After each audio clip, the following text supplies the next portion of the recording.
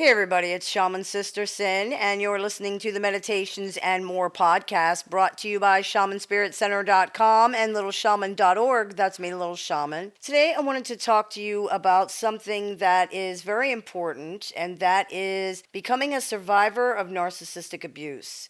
This can be a painful discussion, and fair warning, not everyone is ready to hear what I'm going to say. But it's probably one of the most important topics regarding healing from abuse in general, so I wanted to talk about it with you. When you hear the word survivor, you think of people who have been through the fire and come out stronger. It's definitely true of people who have been through relationships with pathologically narcissistic people. A survivor is what we become after we've been a victim.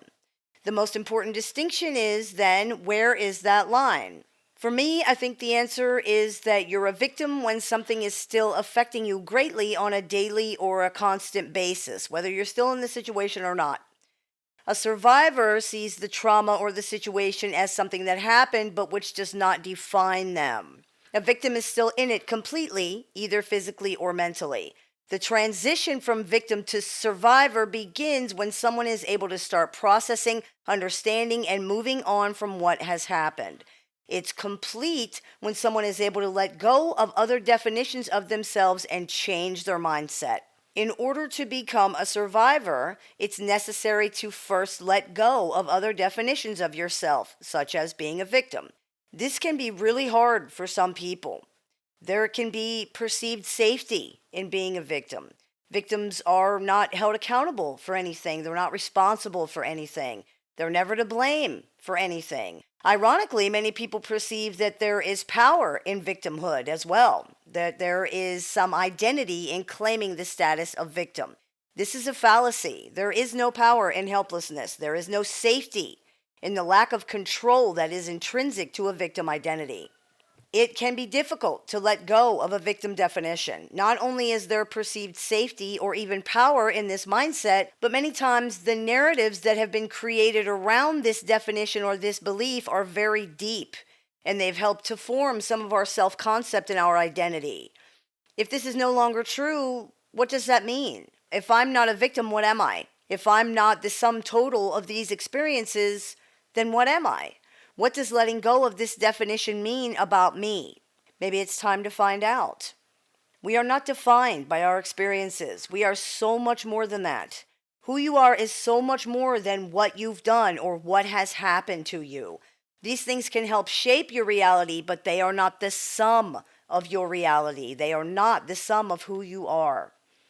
As people who experience things, we have choices about how we're going to view them and how they will affect us.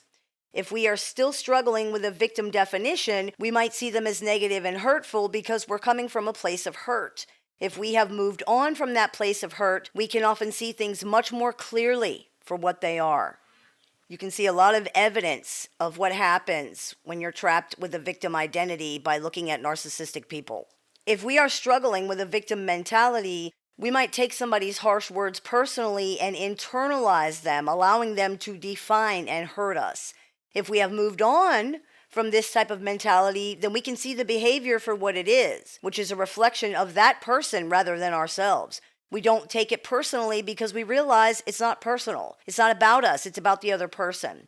That doesn't mean we just excuse the behavior. Doesn't mean we don't take necessary actions to prevent harm to ourselves. It just means we don't take it personally. A struggle with victim identity is a struggle with the ego. The ego demands to be recognized. It yearns to be validated. It tells itself stories all day long, imagining that this is so. It imagines that it's the most important thing, not just to itself, but to everybody. It fancies that everyone is talking about it, thinking about it, directing messages toward it, and acting because of it. It does not stop to think that everyone has their own ego, which is doing the exact same thing and telling itself the exact same stories. This is the reason it can be so difficult not to take other people's behavior personally. Your ego insists that other people's behavior is about you. If this is denied, the ego feels unimportant and it becomes injured. When the ego is injured, it will rage. This is why the idea that abusive behavior from others is not personal causes some people to become very angry. Many people take comfort in that thought because it means they didn't cause this problem and they're not responsible for it. But for other people, it can feel dismissive of themselves, of their anger, of their pain. It's none of those things, but that doesn't change how they feel.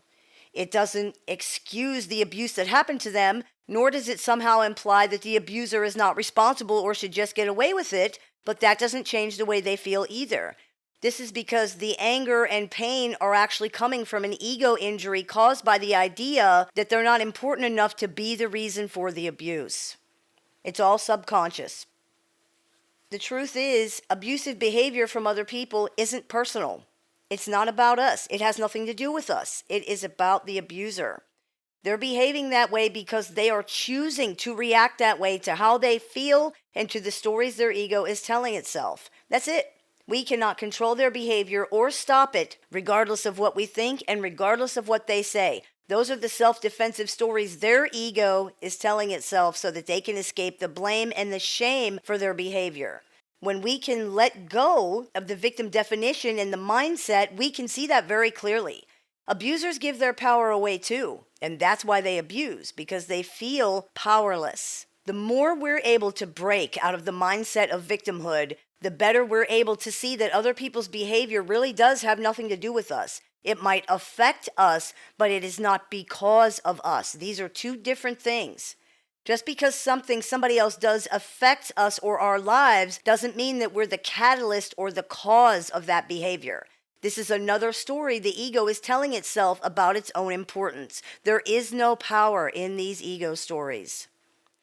Power manifests when we realize we're not victims anymore. Safety manifests when we can take control of our own lives and decide that we are the architects of our own experience. Security comes when we can trust ourselves to act in our own best interest.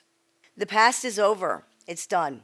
Whatever happened, however it unfolded, it can't be changed. But it doesn't need to be changed in order to be dealt with differently. The past does not have to control a person's entire life unless they allow that to happen. Using the power of choice, we can decide that we are no longer slaves to our past or to anything, because we're not. We have power. We have choices. We have the ability to change. So many people have become trapped in the idea that the conditioning, beliefs, and behaviors they now have are permanent. They're not. If you are willing to sit with the discomfort of doing something different, you can change these patterns. You can change these things. It starts with recognizing them, taking accountability, and understanding that these patterns can, in fact, be changed. We sometimes hear people saying things like, asking them to take accountability for their choices is implying that they deserve to be treated badly or that it's like victim blaming. The fear behind that statement is always so heartbreaking for me because it usually means the person is afraid deep down that they did deserve it because of the choices they made. That fear is a prison. It keeps people from seeing how things can change. We can't be afraid to take responsibility for our choices. We have to be willing to admit that we might have some toxic or dysfunctional patterns, behaviors, thoughts, and mindsets too. We have to be willing to admit that we've made bad choices and bad decisions and mistakes. It's not all just the other person, even if they are a narcissist or some otherwise toxic personality. The fear here seems to be, if I have any responsibility here, then that means I deserve the way that they treated me. That is absolutely false. And anyone who says that to you is wrong and an asshole. Admitting these things does not excuse or justify any other person's behavior toward us, and it does not erase our right to be treated with respect, consideration, and dignity.